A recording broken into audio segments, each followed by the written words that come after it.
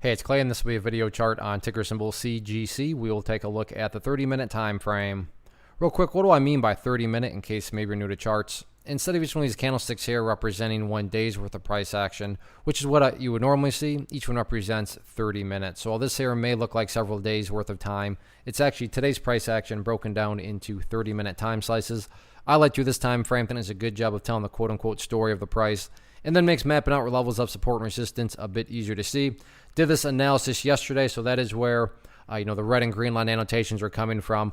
But after today's price movement, definitely some updates here need to be made. First thing I'm going to do is some major house cleaning and just get rid of all these lines down here. Sure, these lines still do pertain to the chart. They're just not relevant anymore. And from a presentation standpoint, I don't want to risk causing confusion because there's clutter with lines everywhere you look. So I want to try to keep this as clean as possible. Now, the newest update that needs to be made comes about from a foundational rule in charting, which states when levels of resistance are broken and closed above, you want to see them act as support. So if you did watch the video from Friday, hopefully you remember me talking about right around 47.50 as support, or excuse me, as resistance. But when that resistance was broken this morning, you can see that's pretty much what opened up the floodgates, and then up from there it went. So again, that'll be the ideal level of support. If the price falls below it, I'm not saying the entire chart's ruined, but yeah, if the price could manage to stay above it, that would be a great sign.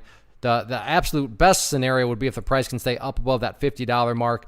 Don't get me wrong, though. I'm not saying that if the price falls below 50, the entire chart's ruined or anything like that. But yeah, if the price could somehow actually manage to stay up above 50, that would without question, just be a huge sign of power on the bull's part.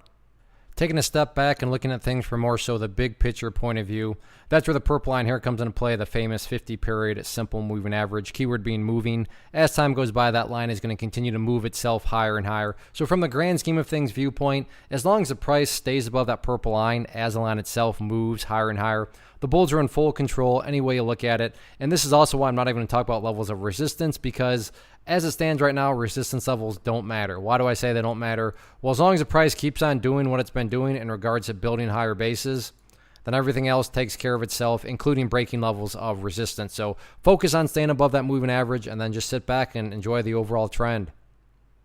One of the biggest questions that I get is, hey Clay, how do you find the stocks that you trade? So what I've done is put together a free resource guide where I talk about the tools that I use to locate stocks that I find interesting and think may have potential. So if that sounds like something that could add value to you as a trader, then click on the image that is up on the screen right now and I will email you the guide. The guide itself is very short and to the point, and best part, it's completely free. Thanks for watching the video. Let me know if you have any questions.